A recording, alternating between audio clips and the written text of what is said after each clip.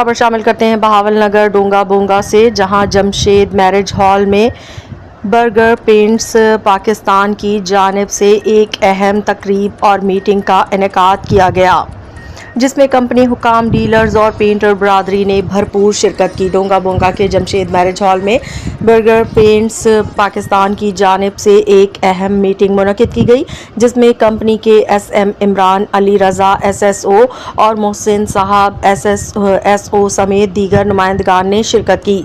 तकरीब के दौरान राव अमजद जमशेद मालिक जमशेद बिल्डिंग मटीरियल स्टोर को बर्गर पेंट पाकिस्तान की डिस्ट्रीब्यूशन दी गई, जिस पर शुरा ने खुशी का इजहार किया। मीटिंग में पेंटर बरादरी की हौसला अफजाई के लिए मुख्तलिफ इनामात और गिफ्ट्स भी तकसीम किए गए।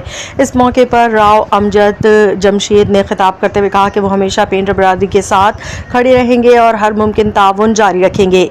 उन्होंने कहा कि पेंटर हजरात को दरपेश मसाइल के हल के लिए वो हर वक्त उनके शान मशाना मौजूद रहेंगे। तकरीब के अख्ताम पर शुरा ने बर्गर पेंट पाकिस्तान के इस इकदाम को सराहते हुए उम्मीद जाहिर की कि इस तरह की सरगर्मियाँ मुस्तकबिल में भी